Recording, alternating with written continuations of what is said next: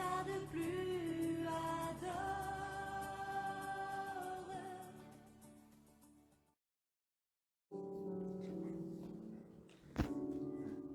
Bonjour chers frères, bonjour chères sœurs, bienvenue à notre culte dominical, notre culte des messagers de Bruxelles. Aujourd'hui est un culte particulier. C'est un culte particulier simplement parce que cette semaine, nous avons malheureusement perdu un des nôtres, notre doyen, d'ailleurs de l'église, notre papa Chibanda, nous a précédés auprès du Père. Parce que c'est ça le vrai terme pour nous chrétiens, il nous a précédés auprès du Père. Et dans des moments comme celui-là, la Bible nous dit, réfléchis. Amen. La Bible nous dit, réfléchis. Dans les moments de deuil, la Bible nous exhorte à la réflexion. Alors j'aimerais, pour commencer ce culte, que nous puissions ensemble lire un passage de la Bible dans le psaume 122. Le psaume 122, le verset 1. Dans la version du Semeur, ce verset dit « Cantique pour la route vers la demeure de l'Éternel » de David. Je suis dans la joie lorsqu'on me dit « Nous allons monter à la demeure de l'Éternel ». Je suis dans la joie lorsqu'on me dit « Nous allons monter à la demeure de l'Éternel ». La version de Louis II nous dit « Je suis dans la joie quand on me dit « Allons à la maison de l'Éternel ». Lorsque l'on lit ce passage, on comprend et on perçoit la joie de David. Pas seulement à l'arrivée ou à la rencontre de Dieu, mais la joie de David simplement à l'idée de monter à la maison de l'Éternel. Le simple fait de lui dire « Allons à la maison de l'Éternel » suscitait en lui de la joie. Il n'attendait pas d'être arrivé pour être joyeux. Il n'attendait pas d'être dans la présence du Seigneur pour avoir la joie. Mais la simple idée de pouvoir rencontrer le Seigneur suscitait en lui une énorme joie. On perçoit dans ce passage que cet homme avait compris ce qu'il y avait pour lui dans la présence de Dieu. Cet homme avait goûté ce qu'il y avait pour lui dans la présence de Dieu. Dans la présence de Dieu, chers frères et sœurs, il y a la joie. Dans la présence de Dieu, il y a le repos pour notre âme. Qu'importe l'état dans lequel on est avant d'y arriver, le simple fait de savoir que nous allons rencontrer le Seigneur suscite en nous de la joie. Et nous avons quelque chose en plus, c'est qu'aujourd'hui, le Seigneur vit en nous par son esprit. Aujourd'hui, le Seigneur est constamment avec nous et il a fait de nous son temple. Et parce que nous sommes son temple, cette joie, cette paix, ce repos de Dieu habite en nous. Amen. Ce passage me fait penser à notre papa parce que je pense qu'il avait compris comme David ce qu'il y avait dans la présence du Seigneur. Et nous pouvons en tenir comme preuve sa présence à nos cultes, sa fidélité au culte et sa participation au culte. Comme nous le disait, nous l'a enseigné plusieurs fois notre ancien Kitima, le culte, c'est pas seulement suivre un culte. Le culte, on le rend à Dieu. On le rend par notre participation, on le rend par notre présence, mais également par notre participation. Et je crois que notre doyen, notre papa, nous avait démontré l'exemple même de ce que c'était. Amen. De ce que c'était. Et je pense qu'il avait saisi, comme David, la joie qu'il y avait à monter dans la maison du Seigneur. Et j'imagine la joie qu'il a à présent d'être dans la présence constante de notre Dieu. Est-ce que nous pouvons nous lever ensemble et bénir le Seigneur? Parce que c'est une grâce de pouvoir venir dans sa maison. Nous voulons réaliser comme David ce qu'il y a dans la présence du Seigneur. Nous voulons réaliser comme David cette abondante joie, cette paix immense, ce repos qu'il y a dans la présence de notre Dieu. Qu'importe ce que nous étions ce matin, qu'importe le sentiment de nos cœurs ce matin, dans la présence de Dieu, il y a d'abondante joie et une paix immense pour notre âme. Élevons ensemble nos voix et bénissons le Dieu très haut qui nous rassemble en ces lieux. Oui, nous te bénissons, Seigneur, parce que nous réalisons au travers de ce passage, Seigneur, que ta présence est importante. Combien ta présence est importante, Seigneur. Il y a d'abondante joie dans ta présence. Il y a le repos pour notre âme dans ta présence. Il y a la paix pour notre âme dans ta présence. Oui, David disait, je suis dans la joie quand on me dit, allons, montons à la maison du Seigneur. Aujourd'hui, nous voulons également dire notre joie, Seigneur, d'être là présent, d'être là rassemblés en ton nom, d'être présent parmi les saints qui t'adorent, d'être présent parmi ce peuple de rachetés qui te loue et qui te glorifie, Seigneur, qui te rend un culte éternel. Ô Père, reçois encore aujourd'hui ce sacrifice que nous voulons élever jusqu'à toi, comme un sacrifice de bonne odeur, la reconnaissance de nos âmes pour ce que tu accomplis chaque jour de nos vies. Éternel, la reconnaissance de nos âmes pour ce que tu as également accompli dans la vie de notre papa qui nous a quittés. Seigneur, nous te bénissons parce que tu es un Dieu grand qui te révèle aux hommes, Seigneur. Et lorsque tu te révèles à nous, tu changes toutes choses. Oui, tu changes notre entendement, tu changes notre pensée, tu changes notre connaissance, Seigneur. Tu nous ouvres, Père éternel, mon Dieu, pour un horizon nouveau. Et nous voulons te bénir à cause de cela. Parce qu'aujourd'hui, par ta grâce, nous faisons partie de ces rachetés qui t'adorent. Nous faisons partie de ce peuple qui te loue. Nous faisons partie de ces voix que tu reconnais là-haut dans les cieux, Seigneur, comme étant les voix de tes enfants, de tes servantes et de tes serviteurs.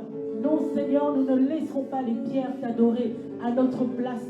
Nous ne laisserons pas, Seigneur, aujourd'hui d'autres te célébrer à notre place.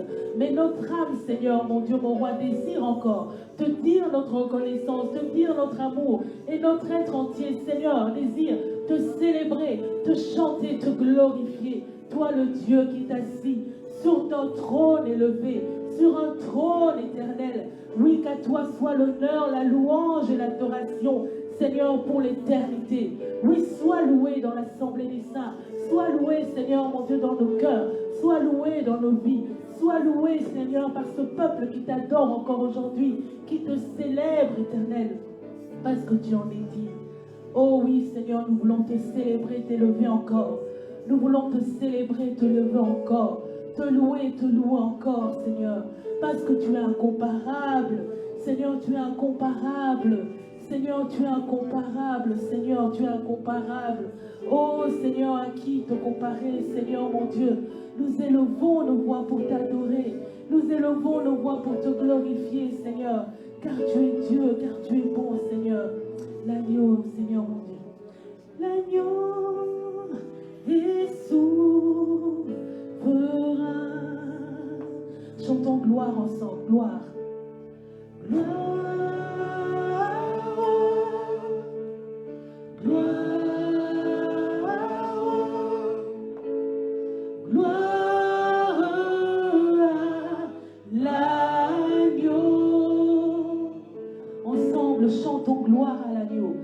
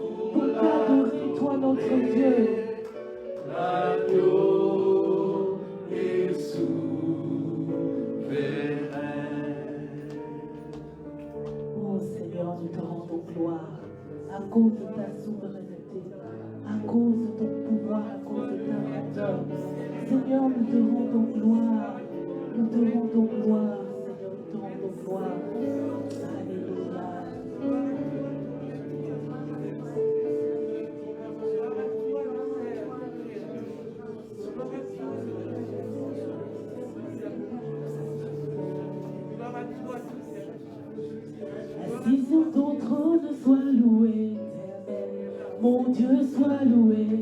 Assis sur ton trône, sois loué, éternel. Mon Dieu, sois loué.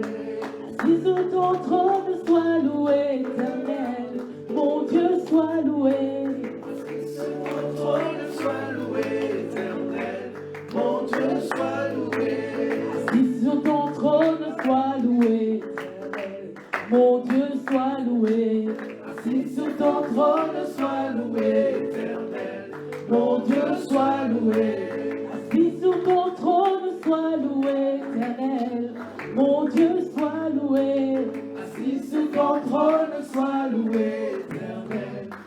Mon Dieu soit loué.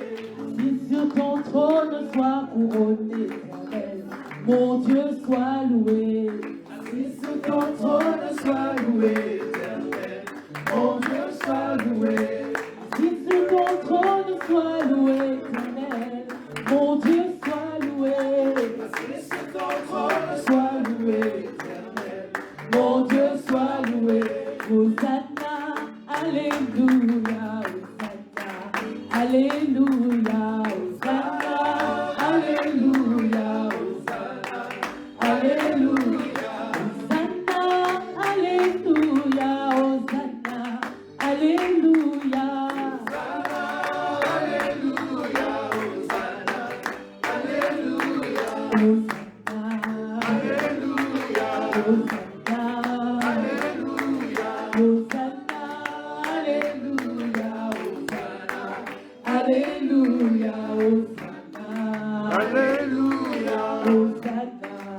alléluia, Hosanna.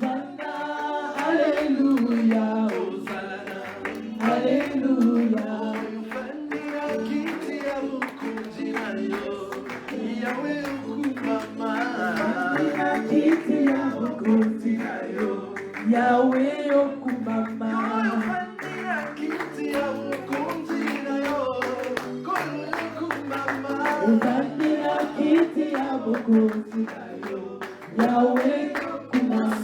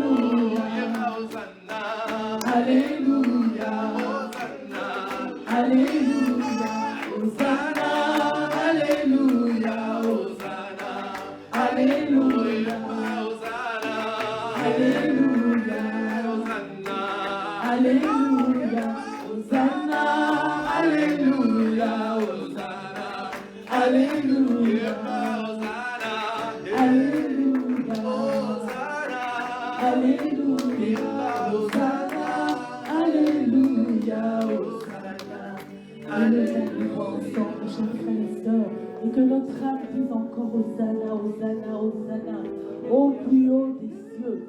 Hosanna à toi qui es assis dans les lieux élevés. Hosanna à toi dont le règne est éternel, inébranlable et incomparable.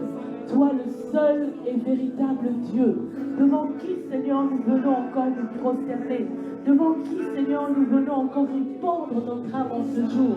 Il n'y en a point d'autre, Seigneur, qui mérite l'adoration comme toi, notre Dieu.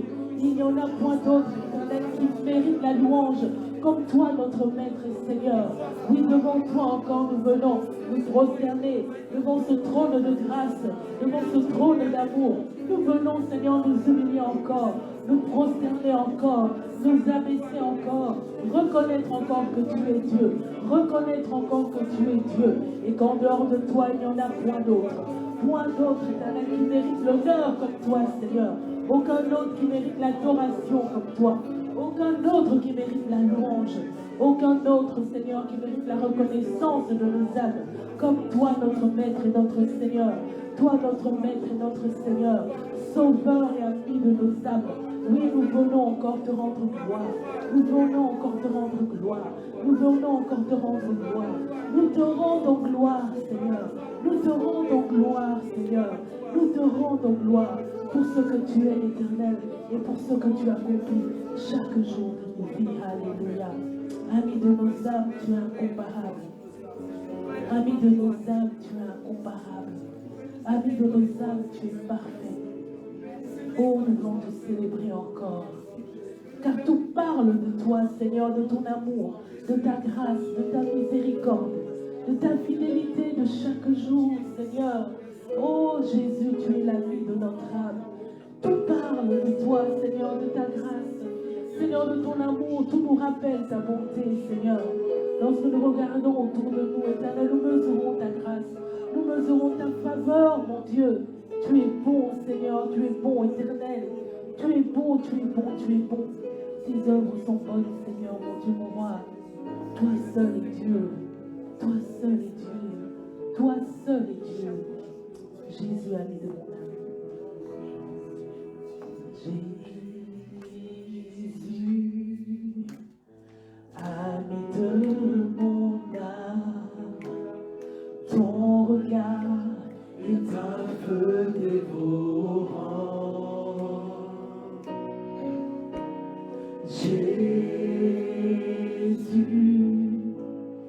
laisse-moi te dire, je voudrais te suivre chaque jour. D'âge en âge, tu es le maître de l'histoire. Dans tous les temps, nul n'est semblable à toi. Toi l'alpha et l'oméga, tu m'as aimé. Je vivrai l'éternité avec toi. Tu parles de toi, Jésus, et tout est pour toi.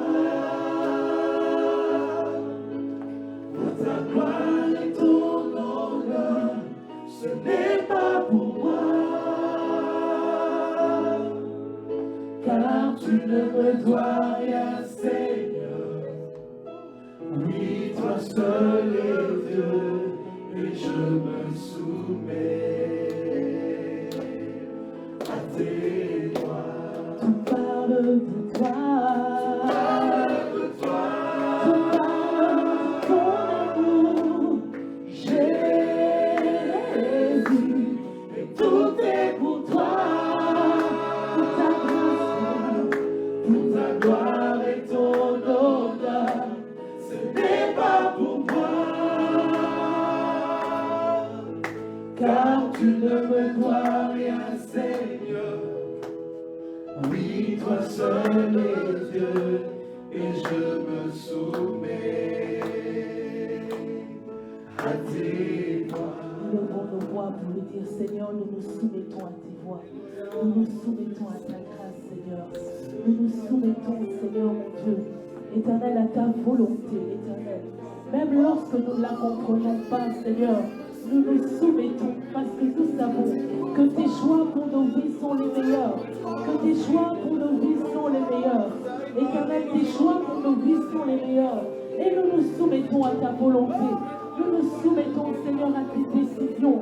Et nous voulons te suivre, Seigneur, dans le chemin que tu traces pour nous. Et nous voulons te dire qu'il n'y en a point d'autre. Seigneur, et que nous nous soumettons à tes voies, Seigneur. À tes voies. Oui, toi seul est Dieu, et nous nous soumettons. Oui, toi seul est Dieu, et je me soumets à tes voies. Oui, toi seul est Dieu. Oui, toi seul est Dieu, et je me soumets à tes voies. Oui, toi seul est Dieu, et je me soumets à tes voies. Tu parles de toi, tu parles de toi.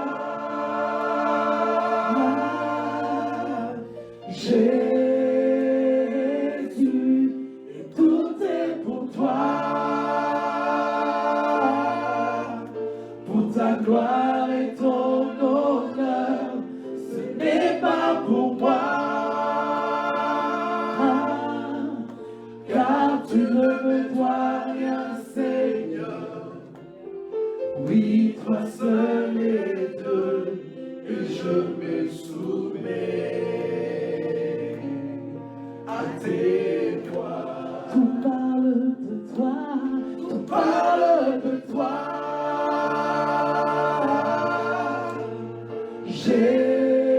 Jésus, et tout est pour toi. Toute ta gloire et ton honneur, ce n'est pas pour moi. Car tu ne me dois rien, Seigneur. Oui, toi seul est Dieu, et je me soumets à tes doigts. Oui, toi seul est Dieu, et je me soumets à tes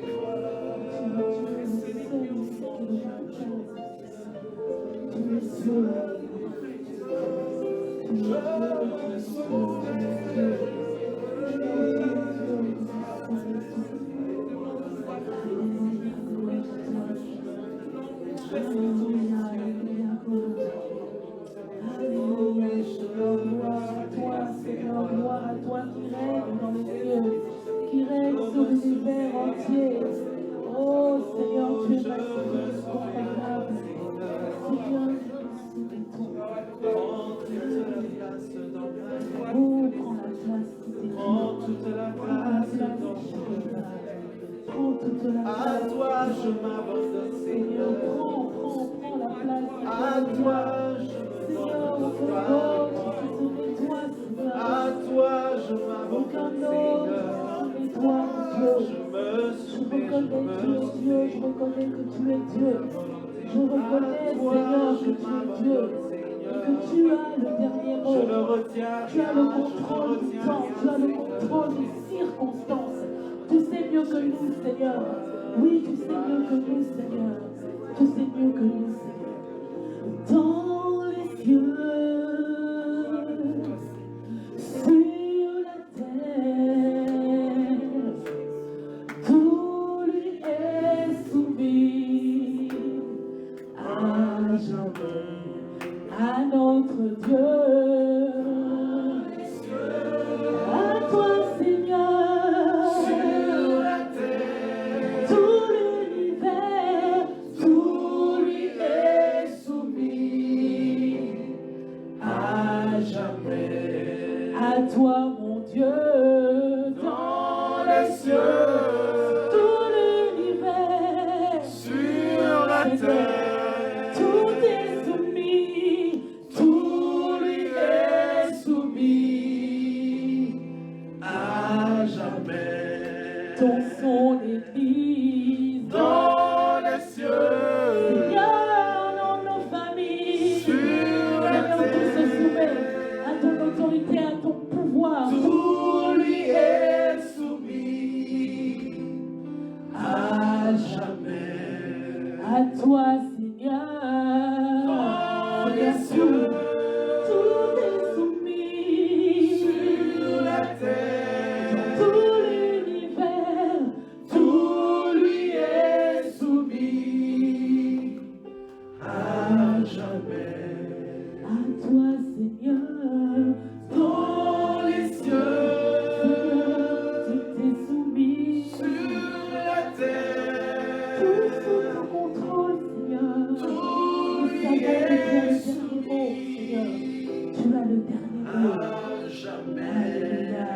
Nous voulons prier, demander au Seigneur, pendant que nous chantons ce chant, qu'il établisse son règne et son pouvoir dans nos cœurs et dans nos vies. Au travers de sa parole encore qui nous sera annoncée aujourd'hui, que le Seigneur établisse son règne dans son Église, qu'il établisse son règne dans nos foyers, qu'il établisse son règne dans nos familles. Oui, règne au milieu de nous, Seigneur. Règne dans nos cœurs, règne dans nos pensées, règne sur tout ce que nous sommes. Éternel, que ta parole encore, Seigneur mon Dieu, fasse soumettre encore toutes les résistances de notre âme, fasse soumettre encore toutes les résistances de notre entendement. Oui, Seigneur, que ta parole soit puissante au milieu de nous, Que ta parole soit vivante au milieu de nous. Nous voulons te voir régner, Seigneur. Nous voulons te voir siéger, Seigneur. Et que tout se soumette encore. Que tout se soumette encore à ton pouvoir. Oh Jésus, que tout se soumette, Éternel. Nous abandonnons également cet instrument que tu t'es choisi. Éternel, qu'il soit un instrument puissant entre tes mains. Que l'homme disparaisse. Que la sagesse humaine disparaisse. Que l'intelligence humaine, Seigneur, disparaisse. Mais que toi, Seigneur, tu prennes encore toute la place, Seigneur, pour régner dans ton Église, pour régner dans nos vies, pour régner dans nos familles, Seigneur, pour régner sur ton peuple que nous sommes, qui se soumet encore à ton autorité aujourd'hui. Oui, tout est soumis, Seigneur. Tout est soumis, Seigneur. Oh, Seigneur, à jamais, Seigneur. Dans les cieux, sur la terre, tout lui est soumis à jamais. À toi, Seigneur. À toi, Seigneur. Sur la terre, tout lui est soumis à jamais.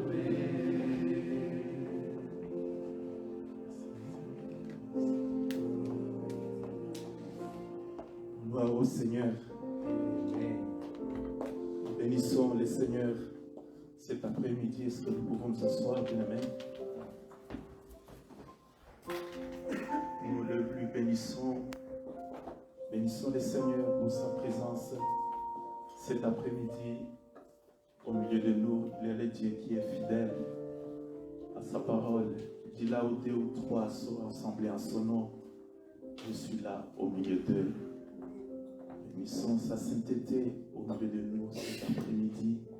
Et je remercie vraiment le Seigneur parce que il me fait grâce de me tenir devant son peuple pour parler cet après-midi de sa part. Vraiment, je vous salue tous dans le nom de notre Seigneur Jésus-Christ. Alléluia. Est-ce que vous allez bien?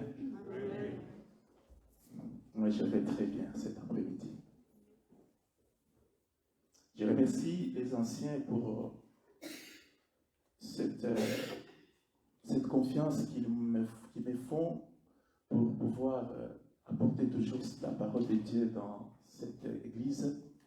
Et merci également pour tout ce qui est là cet après-midi, car la Bible déclare qu'il est bon et agréable pour des frères pouvoir demeurer ensemble, car c'est là où Dieu envoie la bénédiction, la vie pour l'éternité. Avant que nous puissions écouter la parole de Dieu, j'aimerais d'abord dire quelque chose qui me tient à cœur, car cette semaine a été très très difficile pour nous tous en tant qu'assemblée de messagers.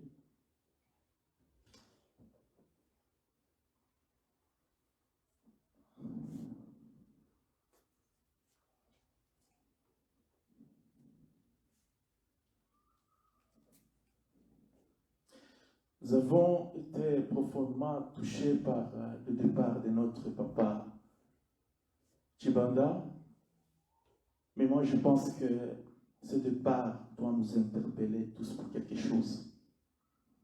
Ce départ nous rappelle à l'ordre. Ce départ nous rappelle aussi qu'il y a un temps pour toutes les choses. Il y a un temps pour vivre. Il y a aussi un temps pour mourir. Et la Bible dit quelque part, les hommes s'imaginent qu'ils sont éternels. Eh bien, ils meurent et laissent tous leurs biens. C'est pour dire, frères et sœurs, que nous ne vivrons pas toujours. Il arrivera un temps où nous allons tous soit mourir, soit être enlevés. Mais nous rendons vraiment grâce au Seigneur pour toutes les choses. Et je crois que il est vraiment important que chacun de nous puisse vraiment se préparer à la rencontre de Jésus-Christ. chaque jour, il est vraiment bon de faire le bilan de sa vie. Et pendant que nous sommes sur la terre, frères et sœurs, je crois que il est temps que nous puissions faire un très bon choix. Parce qu'après la mort, on ne peut pas encore choisir. La Bible dit dans Deutéronome chapitre 30, au verset 15 par là, Fils de l'homme, voici, je mets aujourd'hui devant toi le chemin de la vie et de la mort. Mais je te conseille de choisir la vie. Alléluia. En choisissant la vie, bien-aimé, c'est-à-dire on choisit d'abandonner le péché, d'abandonner le monde pour suivre le Seigneur Jésus-Christ. Et quiconque suit le Seigneur Jésus-Christ, je vous garantis que vous ne serez jamais déçus. Car le Seigneur lui-même avait dit, je suis le chemin, la vérité, la résurrection et la vie. Quiconque vit et croit en moi ne mourra jamais.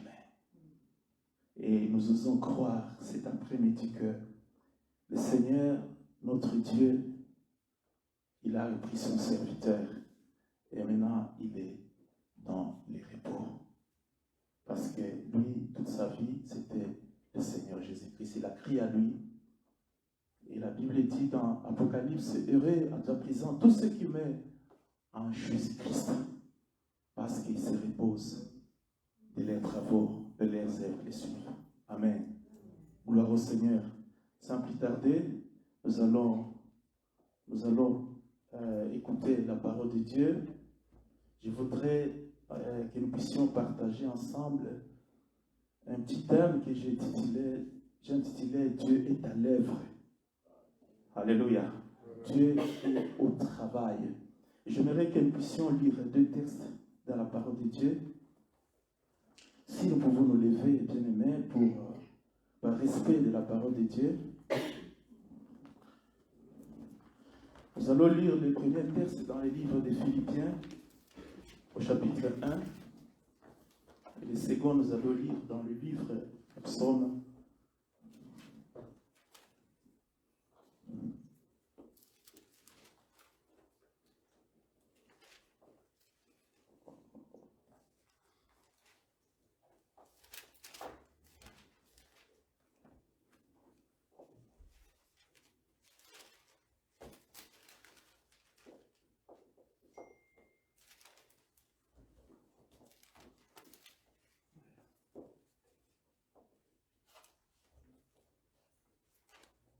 Je suis en train de chercher le...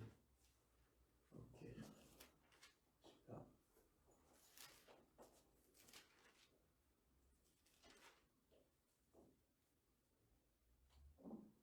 Super. Je lis au nom du Seigneur Jésus-Christ. La Bible dit, Philippiens chapitre 1, verset 6, je suis persuadé que celui qui a commencé en vous cette bonne œuvre la rendra parfaite pour les jours de Jésus-Christ. Nous tournons nos Bibles, nous allons lire dans le livre de Psaume 138.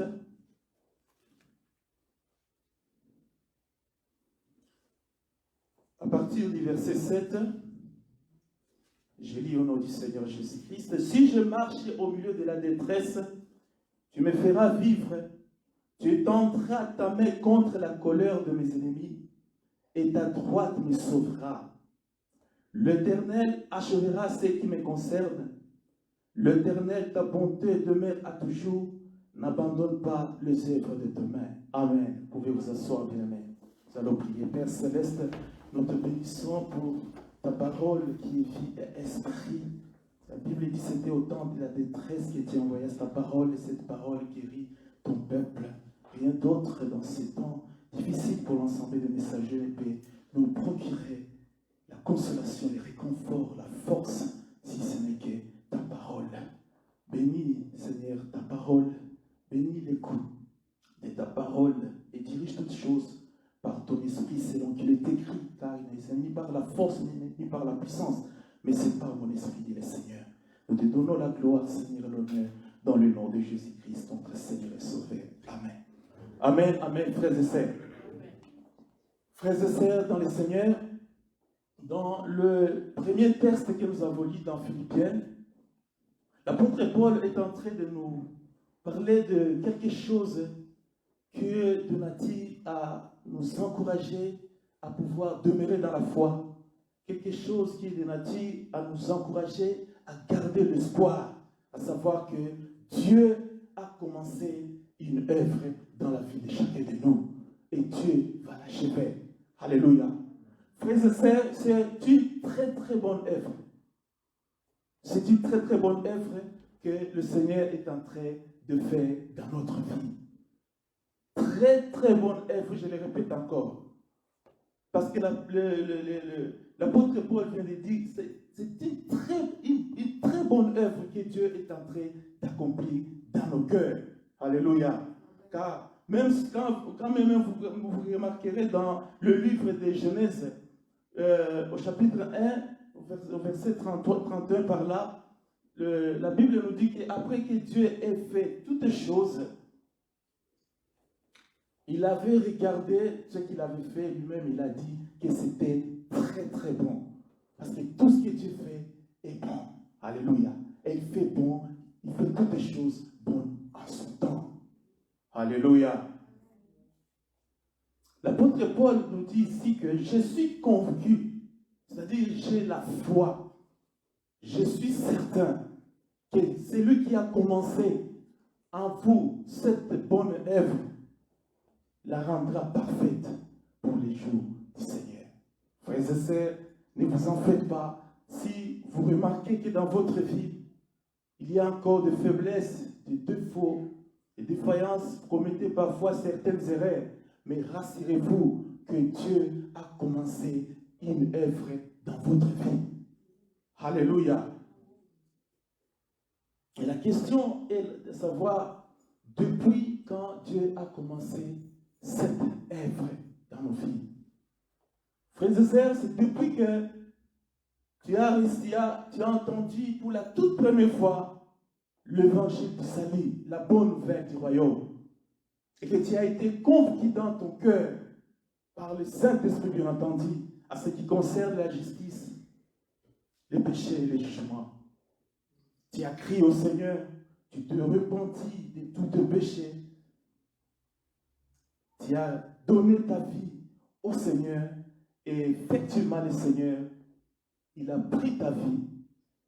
Il ne l'a pas mis dans un frigo, il n'a pas mis à côté, mais il a commencé à travailler ta vie, à construire ta vie, à bâtir ta vie, à faire quelque chose que les hommes ne peuvent pas faire pour toi et pour moi.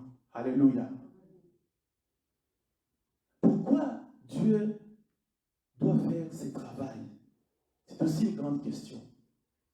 Dieu doit faire ce travail parce que en menant une vie du péché, frères et sœurs, nous avons ouvert une très grande porte. Et le diable était entré pour détruire notre vie. Parce que la Bible dit dans Jean chapitre 10, verset 10, que le diable ne vient que pour voler, pour égorger, pour détruire. Le péché était entré, frères et sœurs. Et quand on vit dans le péché, Dieu, il regarde la personne comme mourante. C'est que nous, on considérait autrefois que c'est de la vie, mais pour Dieu, c'était la mort. Alléluia.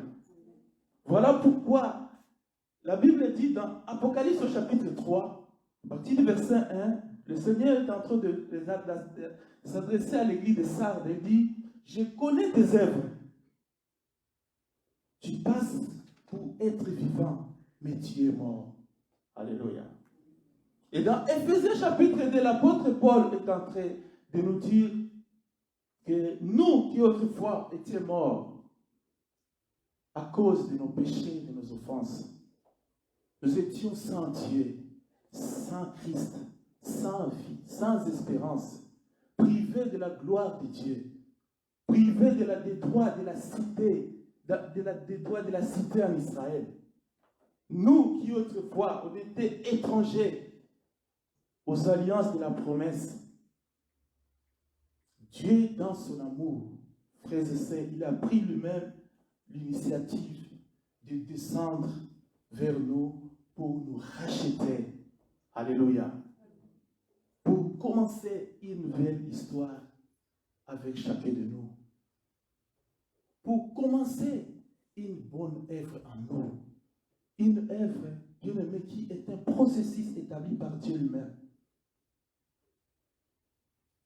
Cette œuvre consiste, frères et sœurs, à transformer radicalement toute notre vie, afin que nous puissions arriver à être semblables à Christ. Transformer radicalement notre vie par le renouvellement de l'intelligence, comme l'apôtre Paul dit, afin que nous puissions arriver à discerner quelle est la volonté de Dieu. Qu'est-ce qui est agréable et bon et parfait devant Dieu. Parce que lorsque nous étions dans le monde, on vivait comme les mondains. Notre vie avait été basculée dans un niveau où nous étions comparables à un être animal. On ne savait plus différencier ce qui est bon et ce qui est mal. Alléluia. Cette bonne œuvre, frères et sœurs, consiste à réparer toutes les failles qui sont dans notre vie. Accomplir en nous la nouvelle naissance, la véritable. C'est que le Seigneur avait dit à Nicodème une fois, si tu ne nais pas d'eau et d'esprit, tu n'y entreras pas. Tu dois naître de nouveau. Restaurer nos vies, frères et sœurs, jusqu'à atteindre l'adoption. Nous placer même en Christ, parce que nous venons parfois en Christ, nous sommes en Christ parfois un pied dedans, un pied dehors. Il nous positionne bien en Christ. Jusqu'à atteindre même la rédemption de ce corps. Alléluia. C'est une très bonne œuvre, frères et sœurs. Et cela nous rappelle déjà les chants que nous avons toujours chantés à l'église. Les chants de la sœur là, je ne sais pas comment elle s'appelle encore, dit il va me prendre, il va m'arranger, il va me positionner, et il va me prendre, il va m'arranger, il va me positionner. J'aime beaucoup ce chant. Alléluia. Parce que je veux dire à quelqu'un cet après-midi, Dieu, il ne va plus encore te prendre. Tel que tu es là, mon frère, ma sœur, le Seigneur, notre Dieu, notre Père, il t'a déjà pris. Mais ce qu'il est en train de faire maintenant, il est en train de t'arranger. Il est en train d'arranger ton caractère compliqué, ton comportement, tes mauvaises habitudes. Il est en train de mettre chaque chose à sa place. Alléluia.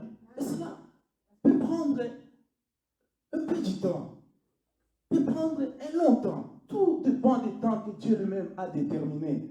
Parce que si Dieu ne prend pas un temps pour t'arranger, je t'assure, frères et sœurs, même ce mariage-là que tu as toujours cherché, tu peux entrer aujourd'hui dans ce mariage et demain, ça va se solder à un divorce.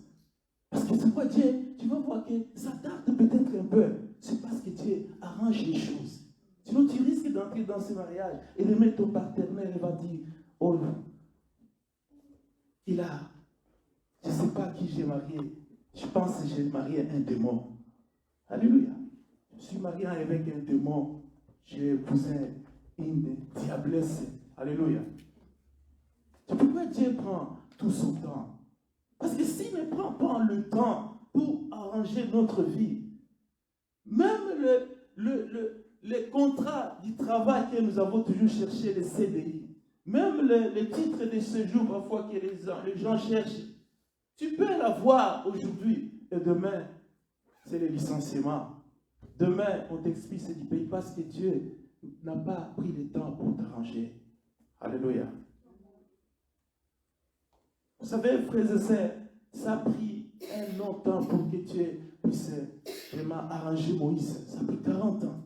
Juste pour que puisse envoyer Moïse pour libérer Israël. 40 ans. Pourquoi tout ce temps? Dieu sait. Moïse était rempli de beaucoup d'idoles, beaucoup de choses dans son cœur d'Égypte. Il fallait que Dieu puisse travailler vraiment, Moïse. Et c'est ce même travail qu'il est en train de faire avec chacun de nous. Il a pris 14 ans, juste pour arranger Saül de Tarse. Alléluia. Et pour que Paul puisse être ce qu'il est, parler de Paul ce qu'il est aujourd'hui, Dieu a pris le temps pour l'arranger. Gloire au Seigneur. Alléluia. Dieu est en train de faire une bonne œuvre dans notre vie. Et il va achever cette œuvre. Il est en train de déboulonner le cœur de certaines personnes. Déboulonner ce cœur-là. Déraciner. Alléluia. Pour les remplacer. Parce que ce cœur-là, c'est un cœur plein de rapines, plein de convoitises, plein de mauvaises choses. Ce que la Bible dit que le cœur de l'homme est tortué par-dessus tout. Qui peut les changer? C'est Dieu lui-même. Alléluia. Un cœur qui, pendant plusieurs années, a connu l'agression, a connu des trahisons, des humiliations, des échecs, des blessures. Je me rappelle, il y a une sœur qu'on priait pour elle à l'époque. Cette sœur-là, elle avait un problème. C'est une sœur qu'on avait violée dans les temps, mais dit que cette sœur-là, quand on lui disait qu'on lui parlait du Seigneur Jésus-Christ, elle demandait le Seigneur Jésus-Christ, est-ce que c'était un homme ou c'était une femme? On disait que le Seigneur Jésus-Christ est un homme, il disait alors tous les hommes sont des violeurs. Alléluia. Et ce qui rendait la sœur, c'était vraiment elle était incrédible dans son cœur. Vous voyez, un cœur comme cela, c'est un cœur qui a été agressé. Et Dieu fait déboulonner ce cœur-là pour le remplacer avec un cœur de chair, un cœur qui est affectionné aux choses d'en haut, un cœur qui croit véritablement au Seigneur, qui aime le prochain, qui est affectionné aux choses d'en haut, qui aime servir le Seigneur, qui pardonne facilement celui qui lui a offensé. C'est ce cœur-là, c'est un travail que Dieu est en train de faire dans nos vies.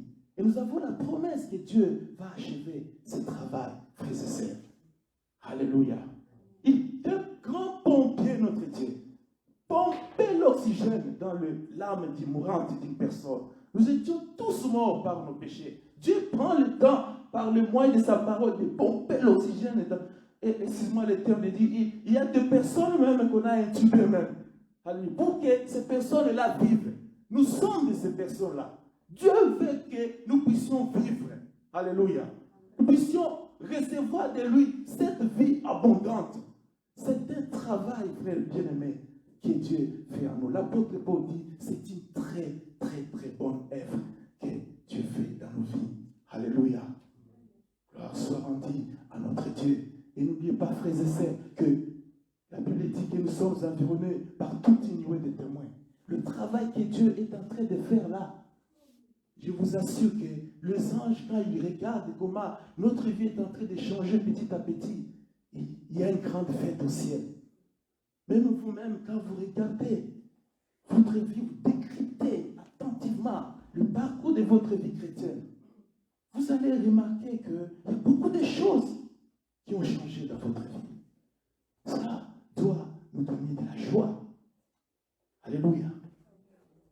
Beaucoup de choses. Quand vous regardez dans les rétroviseurs de votre vie aujourd'hui, vous allez voir qu'il y a beaucoup de choses qui ont changé. C'est des choses que vous trouverez, autrefois était un gain pour vous. Aujourd'hui, vous les trouvez comme une perte de la boue, comme l'apôtre Paul dit, à cause de l'excellente connaissance de Christ. Alléluia.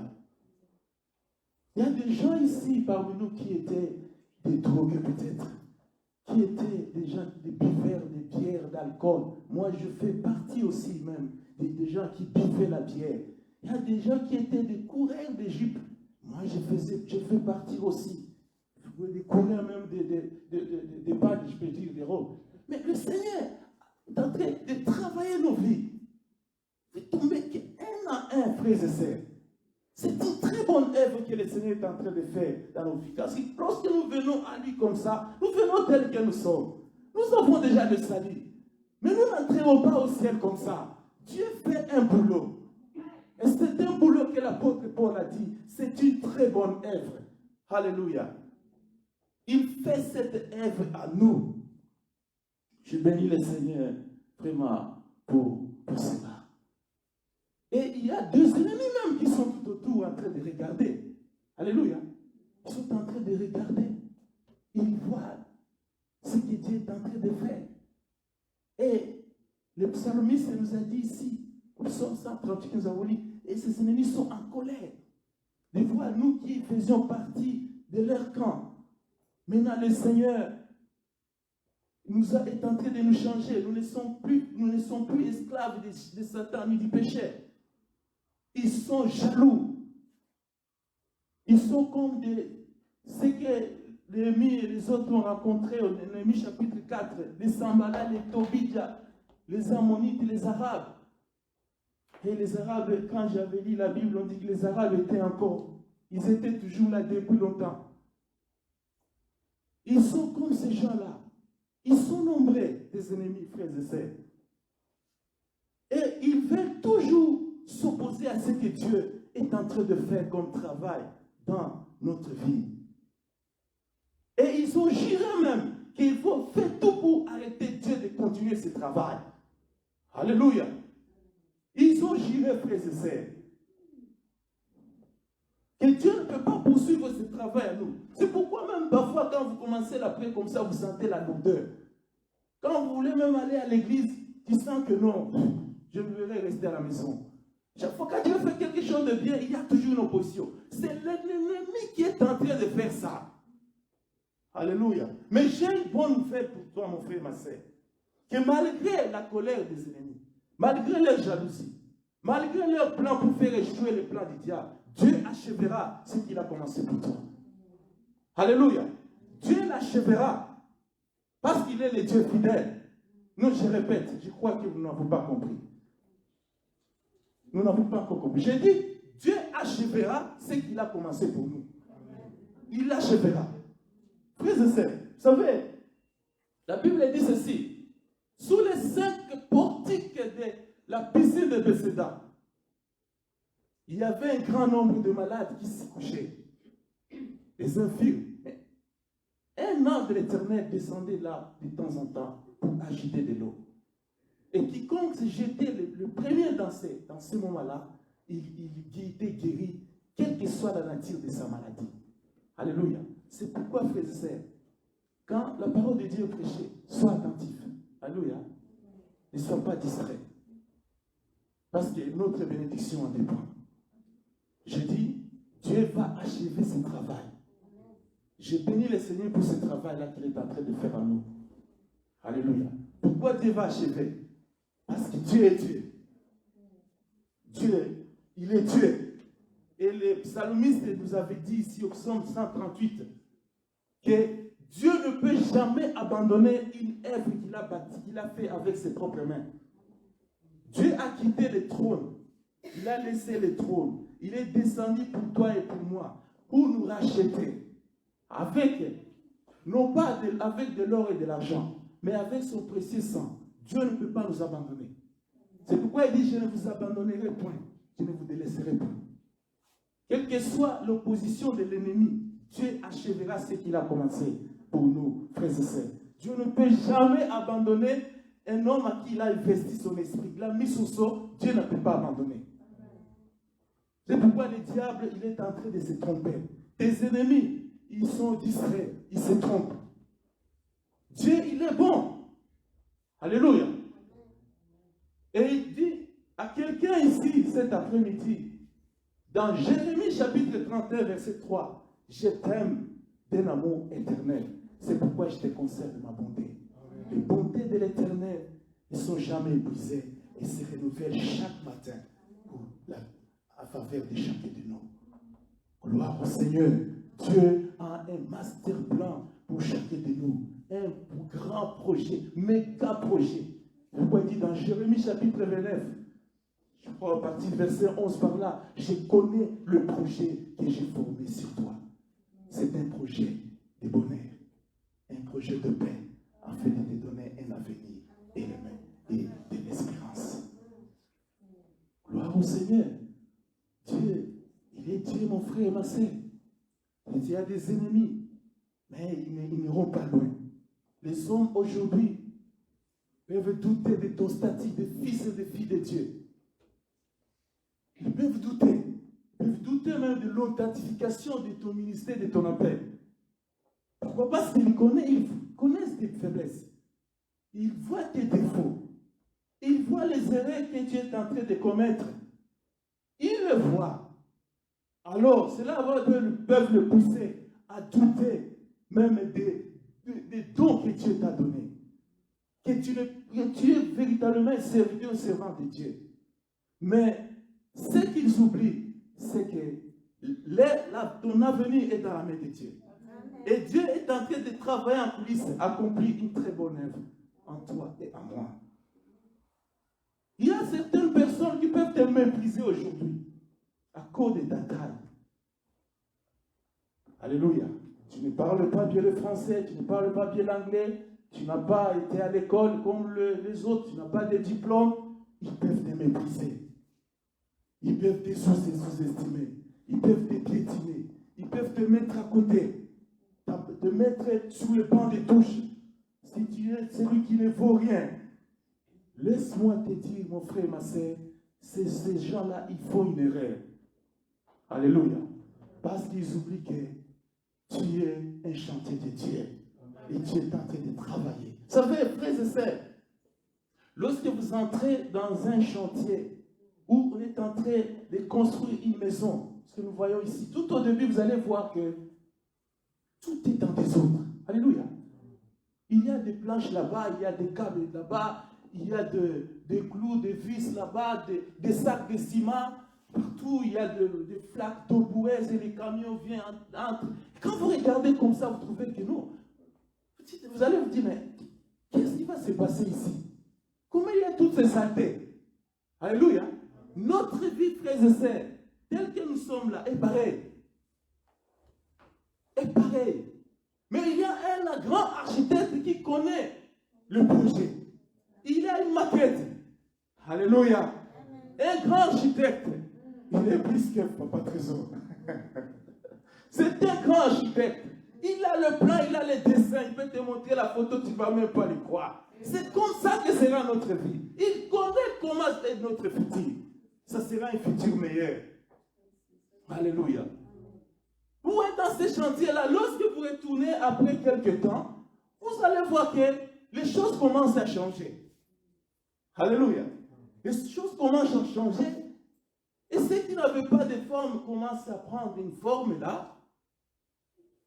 Parfois, ça étonne, n'est-ce pas? Mais ici, il y avait notre vie est comme ça, frères et sœurs. La Bible dit dans Genèse chapitre 1 qu'au commencement, Dieu créa le ciel et la terre. La terre était encore informe et vide lorsqu'il était plané sur la surface de l'abîme. C'est comme ça que notre vie est. Tout est comme informe et vide. Mais j'ai une bonne nouvelle pour toi, mon frère et ma sœur. Que tu suis maintenant, si tu vois maintenant la suite, la Bible dit l'Esprit du Seigneur mouvait sur les eaux. L'Esprit du Seigneur était en mouvance, était en train de bouger, était en train de travailler. Alléluia. Dieu est en train d'accomplir quelque chose que les hommes ne peuvent pas peut-être comprendre. Dieu est à l'œuvre, frère. La Bible dit ceci, frères et sœurs. Lorsque nous lisons dans 1 Jean chapitre 3, verset 2, qu'est-ce que la Bible dit? Ce que nous serons n'est pas encore manifesté. Mais nous savons que nous serons, quand cela sera manifesté, nous serons semblables à lui et nous le verrons tel qu'il est. Quel est le but de notre Dieu? Qu'un jour ou l'autre, Quand nous serons auprès du Seigneur, tu regardes le Seigneur comme ça, tu te regardes, il n'y a pas de différence. Alléluia. C'est ça le but de notre Dieu, que nous puissions être semblables à Jésus-Christ.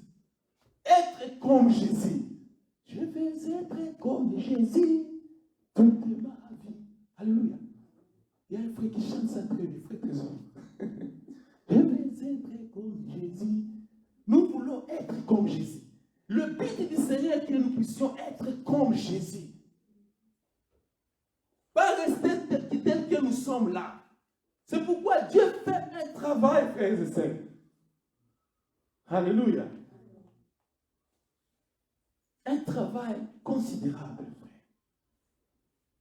La Bible dit, ceux qui ont méprisé les jours du faible commencement, ceux qui l'ont méprisé se réjouiront en voyant les niveaux entre les mains de Zorobabel. Ça, c'est dans Zacharie chapitre 4, verset 10. Ceux qui sont en train de te mépriser aujourd'hui, c'est juste parce que tu es encore au stade de faible commencement. Mais les jours viennent, frères et sœurs, où ils seront étonnés de voir les niveaux vers lesquels Dieu t'amène. Un niveau très haut, dans tous les niveaux. Alléluia. Est-ce que nous le croyons, frères et sœurs? Est-ce que tu le crois, mon frère, ma sœur? Le niveau où Dieu est en train de nous amener, c'est un niveau très haut. La Bible dit dans Psaume 118, partie du verset 22, que la pierre que le bâtisseur ont rejetée, c'est elle qui était devenue la principale de l'angle. Alléluia. Et par révélation, nous savons que cette pierre n'est rien d'autre que notre Seigneur et Sauveur Jésus-Christ. Lui qui est la pierre de l'angle, lui qui est la pierre d'achoppement, lui qui est la pierre de fête, la pierre de fondement. Le Seigneur Jésus-Christ, au jour où il était dans ses faibles commencements, la Bible nous dit ceci, il est venu vers les siens l'ont rejeté. Et il a dit, nul n'est prophète chez lui. On l'a rejeté, on l'a abandonné, on l'a trahi, on l'a mis de côté. Personne ne faisait cas de lui. Il était méprisé. Il y a même Nathanaël qui l'a fait sous-estimer. Quand Philippe l'a dit, j'ai vu aujourd'hui le Messie. Il a dit, petit sorti quelque chose de bon. À Nazareth. Frères et sœurs, il y a des gens qui disent, est-ce que chez l'ensemble des messagers peut sortir quelque chose de bon? Alléluia. Oui, est sorti quelque chose de bon. Parce que ce qui est impossible aux hommes est possible à Dieu. Gloire au Seigneur. Le Seigneur Jésus-Christ, frères et sœurs, il était méprisé complètement. Mais la Bible nous dit ceci. Quand l'État était arrivé,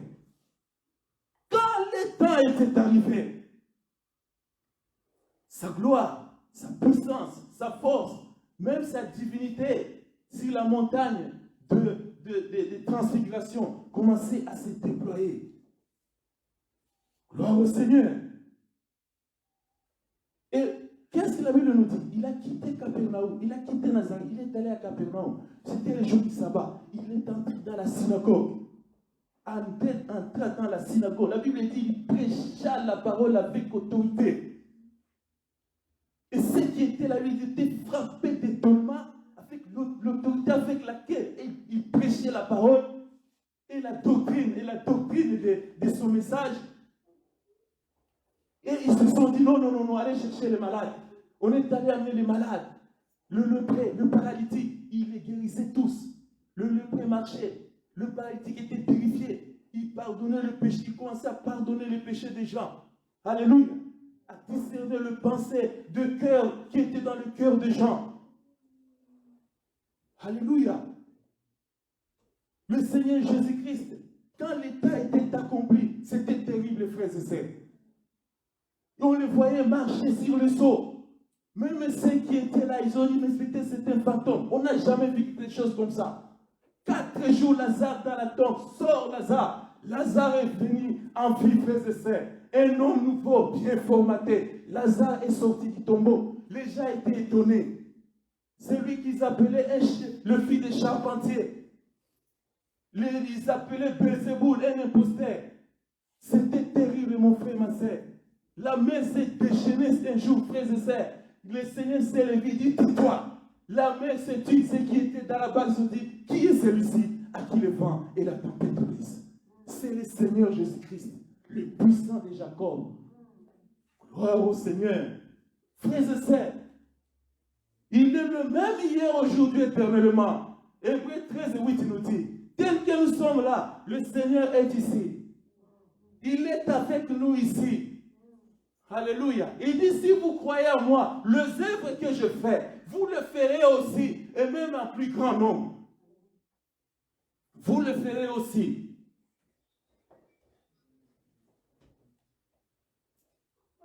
Le Seigneur, pendant son élévation, frères et sœurs, la mort, le séjour de mort, le mire, la faute de pesanteur, je ne sais pas quoi encore. Rien ne pouvait le retenir, frères et sœurs. La terre et ses entrailles ne pouvaient retenir le Seigneur Jésus-Christ.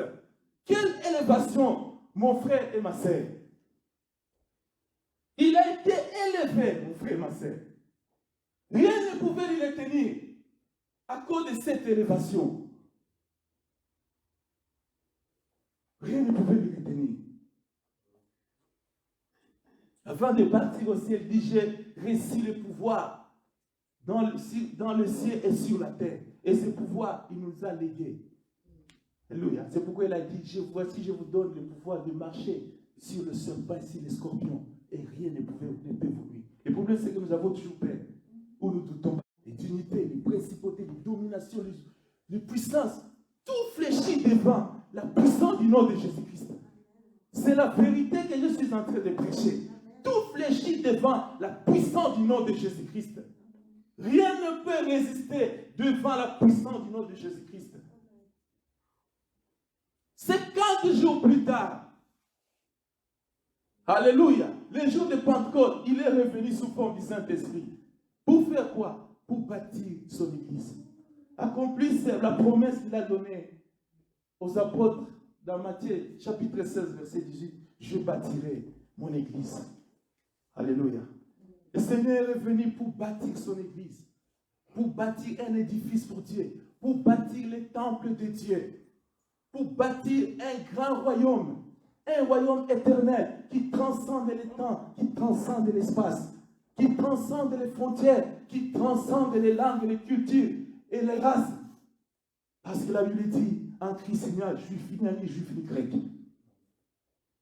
Il est venu bâtir une maison spirituelle. Et cette maison spirituelle, il ne le bâtit pas avec des briques, mais avec n'importe quelle pierre. Il le bâtit avec des pierres vivantes. Alléluia. Et ces pierres vivantes, frères et sœurs, ce sont les hommes et les femmes qu'il a arrachés de la carrière du monde. Et ces hommes et les femmes, c'est toi et moi. Qu'il est en train de bâtir ces royaumes. Il a arraché Paul, il a arraché Pierre, il a arraché Jean, il a arraché plusieurs dans la carrière du monde pour faire partie de cette construction. Alléluia. Et le Seigneur Jésus-Christ, il dit ceci. Nous allons lire dans le livre de Philippiens et de 1 Pierre chapitre 2. Je n'ai pas beaucoup de temps, bon, je vais aller un peu plus vite. 1 Pierre chapitre 2.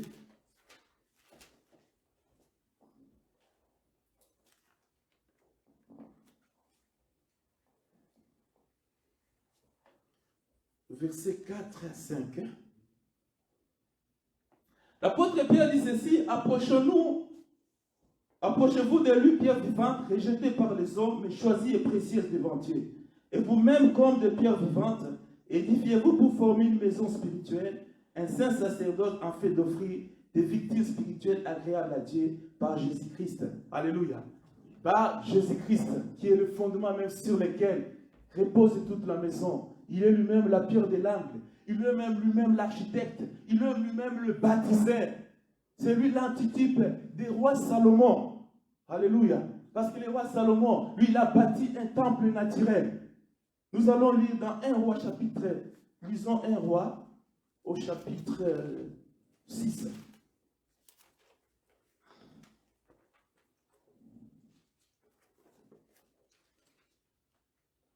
1 roi chapitre 6.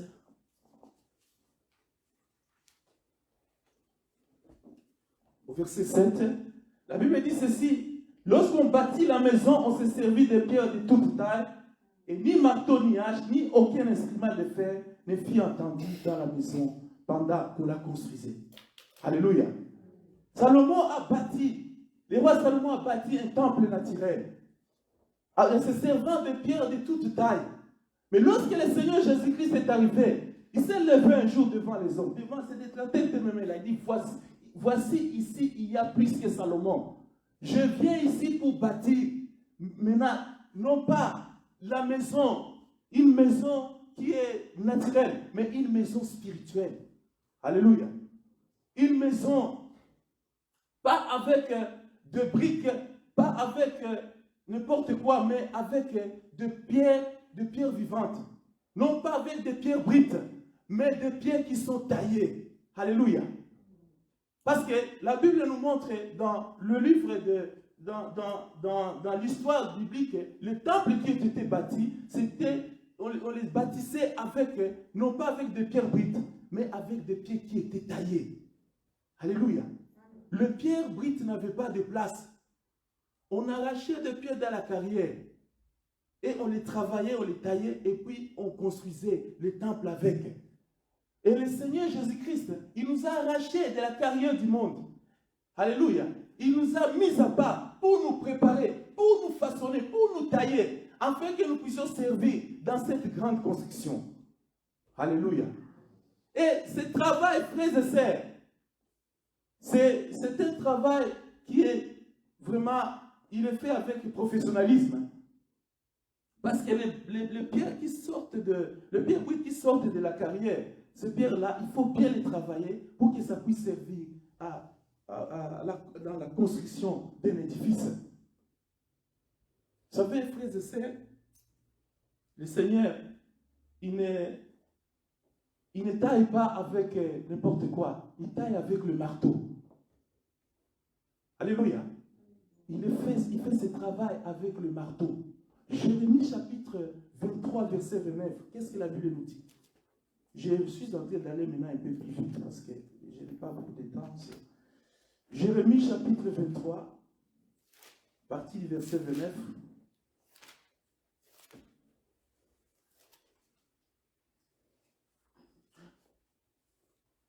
Ma parole n'est-elle pas comme un fer, dit l'Éternel, et comme un marteau qui brise les rocs? Alléluia. La parole de Dieu, c'est un marteau qui brise les rocs. C'est avec la parole de Dieu que Dieu est en train de travailler nos vies.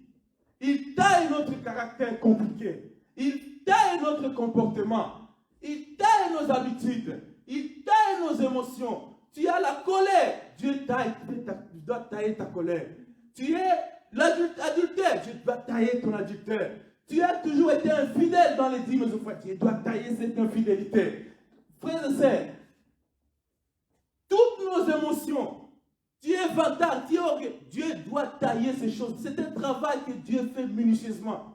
Il le fait avec le marteau. Parfois, ça peut faire mal, mais au moins, il est en train de nous tailler pour nous préparer dans la cause. Parce que s'il ne te taille pas, tu ne peux pas servir à la construction. Alléluia. Si tu restes dans cet état brute, tu ne peux pas servir dans la construction de ce grand royaume éternel.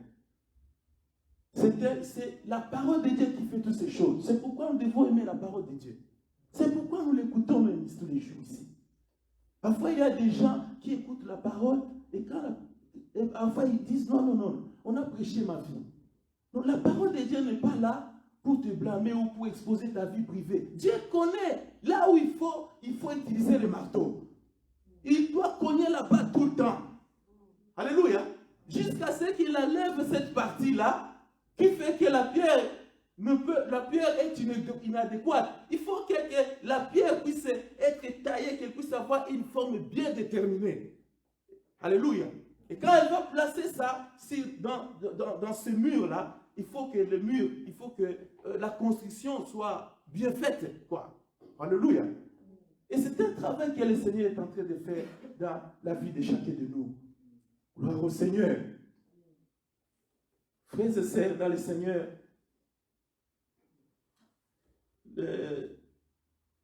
nous devons aimer la parole de Dieu. Parce que c'est ça l'outil par excellence que Dieu utilise pour faire ce travail, pour accomplir cette bonne œuvre en nous. Seulement la parole de Dieu qui va le faire. Alléluia. Il faut lire la parole de Dieu, il faut la méditer, il faut la partager avec les autres. Il faut que chacun de nous puisse se mettre à la disposition des grands tailleurs de pierre qui est le Seigneur, pour qu'il nous transforme, pour qu'il nous modèle, pour qu'il nous donne la forme que lui-même il fait. Alléluia. Dans cette construction, frères et sœurs, toutes les pierres sont utiles. Quand nous lisons dans 1 Roi 6,7, comme nous avons lu ici, la Bible dit que Salomon, quand il bâtissait les temples, il bâtissait avec des pierres de toute taille. C'est-à-dire qu'il y avait de grandes pierres, il y avait de pierres moyennes, il y avait de petites pierres. Et chaque pierre avait une utilité quelque part. Quand nous lisons 1 Roi, chapitre 5, verset 17, ça vous pouvez lire ça après. Et la Bible dit que Salomon avait donné l'ordre qu'on extrait des grandes pierres dans la carrière, afin que ces grandes pierres puissent servir pour bâtir le fondement. Il y a des pierres parmi nous qui sont là pour être posées sur le fondement, d'autres sur le mur, d'autres sur des voûtes, d'autres sur des façades. C'est pour l'utilité. Alléluia. Chaque pierre a une valeur. Frères et sœurs, tel que tu es là, tu as de la valeur aux yeux du Seigneur. Tu as de la valeur. Tu es précieux aux yeux du Seigneur. Quelles que soient tes origines, quelle que soit ta taille, quel que soit ton niveau de connaissance, mais chacun de nous a une valeur aux yeux du Seigneur. Et chacun de nous a une place dans cette construction. Alléluia. Chacun de nous a une place. La Bible dit, dans cette construction-là, pendant qu'on construisait, la Bible nous dit ceci qu'il n'y avait aucun marteau, ce que nous avons dit, aucun bruit de marteau ni de fer qu'on attendait. C'était le silence. Pourquoi? Parce que Dieu travaille dans le silence. C'est nous qui faisons trop de bruit. Dieu travaille dans le silence. Et toutes ces pierres-là étaient préalablement taillées avant qu'on puisse les utiliser dans la construction. Frères et sœurs, si il y a encore trop de bruit dans nos églises, c'est parce que nous sommes encore à l'état brut. Donc nous devons comprendre quelque chose. Mais la bonne nouvelle, c'est que ce que Dieu a commencé en nous, il va l'achever. Alléluia. Nous devons rester patients. Il y a tellement beaucoup de bruit dans ce monde aujourd'hui. Beaucoup de bruit. Il y a déjà une forme de bruit inutilement. Tout le monde veut être connu dans les réseaux sociaux, sur Internet, tout ça. Les gens prêchent parfois des choses, disent, mais c'est quoi cette histoire? Des choses qui ne peuvent pas aider les gens. Trop de bruit. Frères et sœurs, dans le Seigneur. Ce n'est pas parce qu'on ne te connaît pas dans les réseaux sociaux, sur l'Internet, que Dieu ne te connaît pas, que Dieu ne fait pas à l'œuvre. Dieu te connaît. Dieu me connaît aussi. Il y avait, je vais vous raconter une histoire, je vais terminer par là, parce que je m'excuse un peu. Il y avait une maman à l'époque, en Afrique, dans une église, pendant la réunion de prière, une parole de connaissance était sortie. Dieu a dit, je vais prendre les pasteurs de l'église. Et c'était le moment où l'église était devenue très grande, il y avait déjà 2 cultes. Et tout le monde qui était dans l'église, on va commencer à prier pour le pasteur, que Dieu ne puisse pas prendre notre pasteur. Et les gens ont commencé à prier, à prier, à prier, à prier, à prier. Et ils sont arrivés au moment où ils ont même oublié, ils ont commencé à oublier cette requête. Cette maman, une maman était décédée dans l'église. Cette maman, c'est une maman qui était dans l'église, personne ne faisait cas de lui. Elle était au coin là-bas. Mais quelques temps après, Dieu a montré à un frère que le pasteur de cette église, c'était la maman là. Personne ne pouvait pas savoir que cette maman-là jouait un grand rôle. Et elle avait la compassion des âmes. Elle priait beaucoup pour cette église. Mais lui, le pasteur, était toujours là. Allô, allô, amen, amen, bien aimé. Mais elle ne s'occupait pas des brebis du Seigneur. Mais cette maman-là, même des visites, elle les faisait à Katimini. Frère, nous devons travailler dans le silence. Dieu n'est pas comme nous, il ne pense pas comme nous, il ne voit pas les choses comme nous. Il voit les choses autrement. Gloire au Seigneur. Pendant qu'on construisait, la Bible dit qu'il n'y avait aucun bruit. Nous faisons trop de bruit, mais Dieu lui travaille dans le silence. Et il va achever ce travail-là. Frères et sœurs, dans le Seigneur. La grande question est de savoir de quelle carrière vient-il. Je ne sais pas, peut-être carrière du monde du banditisme, de la drogue, du proxénétisme, de la prostitution, je ne sais pas, de l'idolâtrie, de la sorcellerie, du satanisme. Mais ce n'est pas ça un problème. Peu importe la carrière où vous venez de la nature, de la pierre que vous êtes. Mais ce qui compte, c'est que Dieu est à l'œuvre. Dieu a commencé une bonne œuvre à nous. Il va l'achever. Alléluia. Il va l'achever. Il est ici, nous sommes sur la phase où Dieu est en train de nous nettoyer avec l'eau de sa parole. Il est en train de nous recycler. Comme au temps d'ennemis, où ils sont venus pour reconstruire le temple, ils ont commencé à recycler le pierre qui était quelque part pour les réutiliser. Dieu est en train de nous recycler tous. Nous avons des faiblesses, nous avons des défauts, nous avons des manquements. Dieu est en train de nous nettoyer jour après jour avec sa parole. C'est pourquoi nous nous réunissons toujours. Alléluia. Mais, frères et sœurs, malgré que le diable s'oppose toujours à cette œuvre, Dieu achèvera ce qu'il a commencé pour toi et pour moi. Alléluia. Que le Seigneur vous bénisse. Nous allons nous lever, nous allons prier.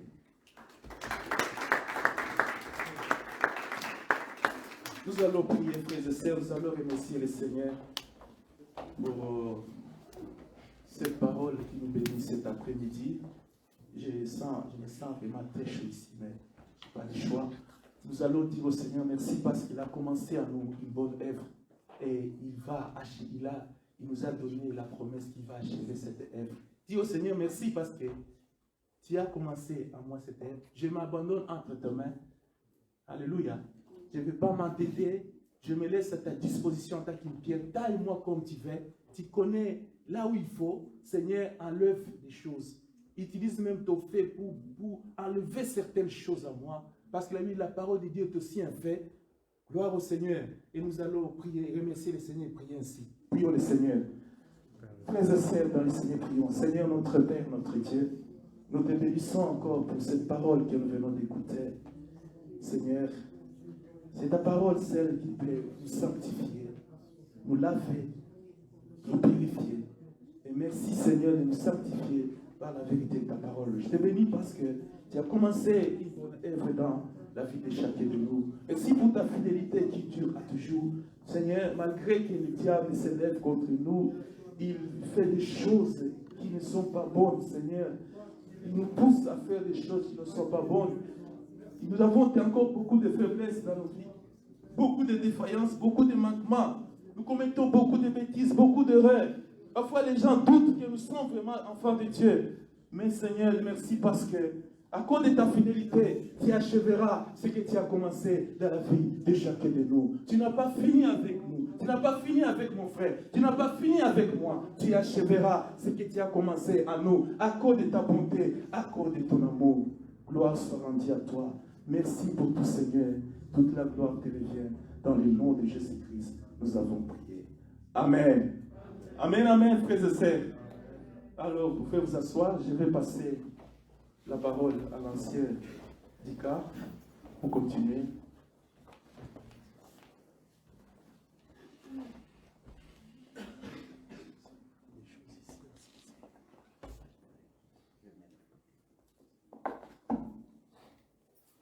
Alléluia.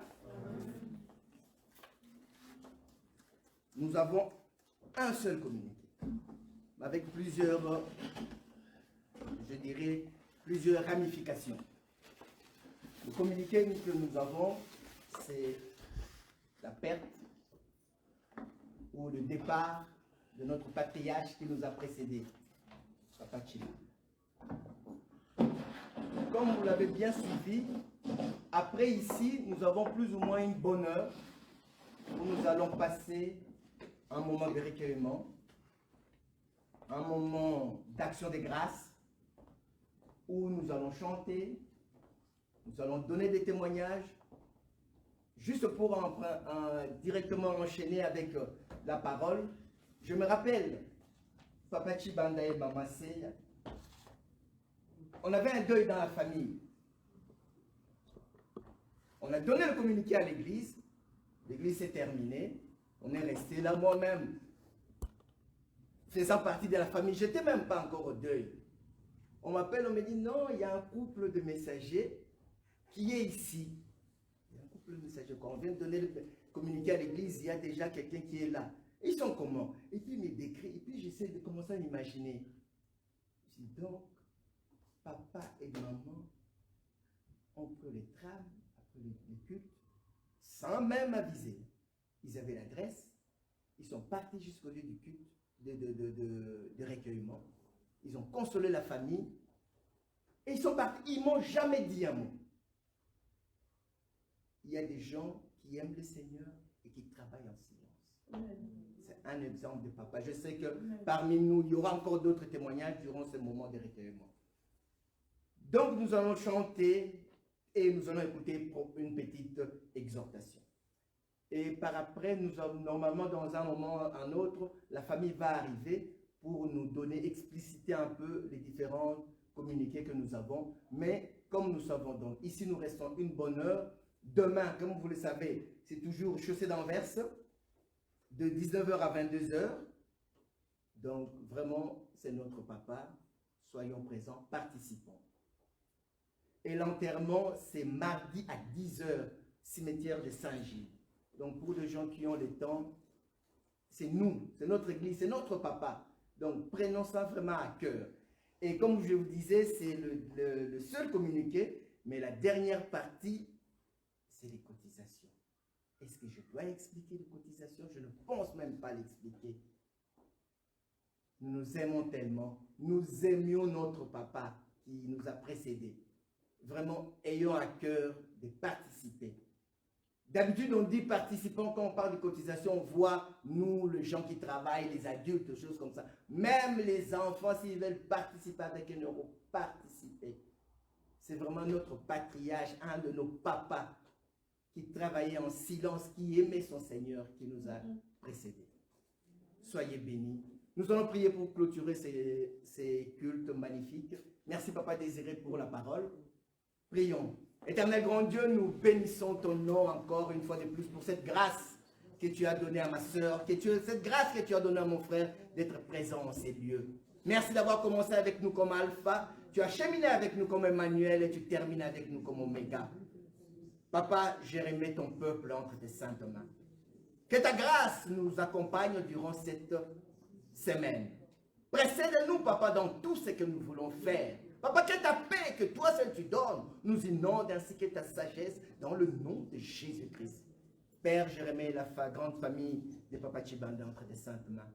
Que toi-même qui donnes la paix, que toi-même qui console, que toi-même qui fortifie, puisse fortifier la famille. C'est dans le nom merveilleux et glorieux de ton Fils, notre Seigneur Jésus-Christ, que nous t'avons ainsi prié. Amen.